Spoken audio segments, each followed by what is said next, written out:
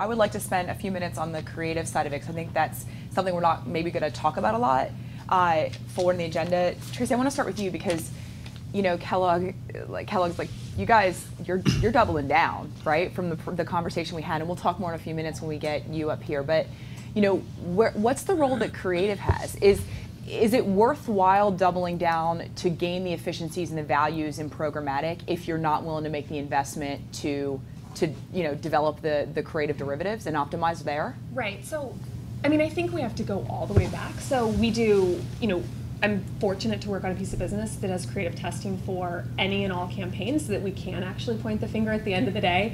Sadly, it's then pointed sometimes to media, but you can actually have a finger pointed. But what it does is it allows us to then understand, you know, what combination's working. The challenge is in creative testing, I haven't seen a solution that creative tests dynamic creative.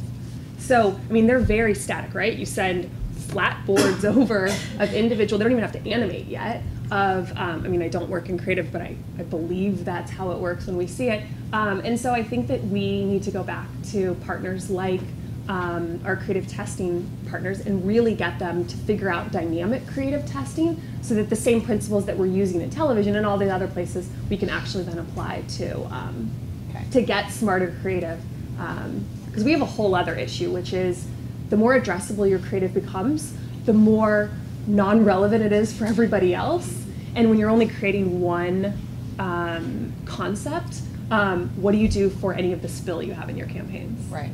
So Brett, one of the interesting things about sort of TubeMogul as a DSP platform is the flexibility to test and stage and do A/B testing and all those things. All of a sudden now you can do that in a real-time environment, but the precursor is the investment in the creative, right? So how do you tell us about how you're working with clients and what you're seeing there in that space? Yeah, creative's the conversation that should come up more, but doesn't. You know, in these conversations, it tends to be about media and optimization and audience, where the creative is probably the single biggest lever of the campaign's success. And so I think the promise of programmatic is that it streamlines everything.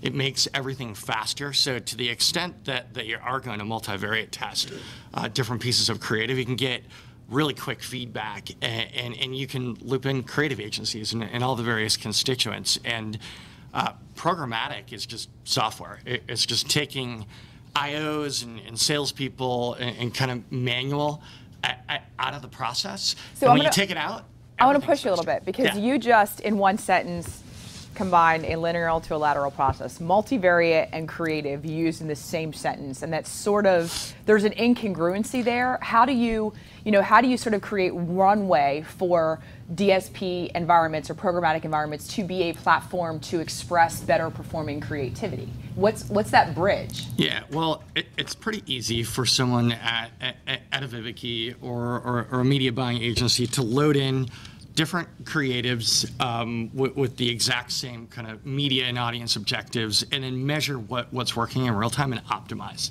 So that's how it works. Okay. In practice, that probably doesn't happen enough, and there tends to not be a very good feedback loop to the people creating the creatives, which is an industry problem. But software should make it easier to get the results quicker.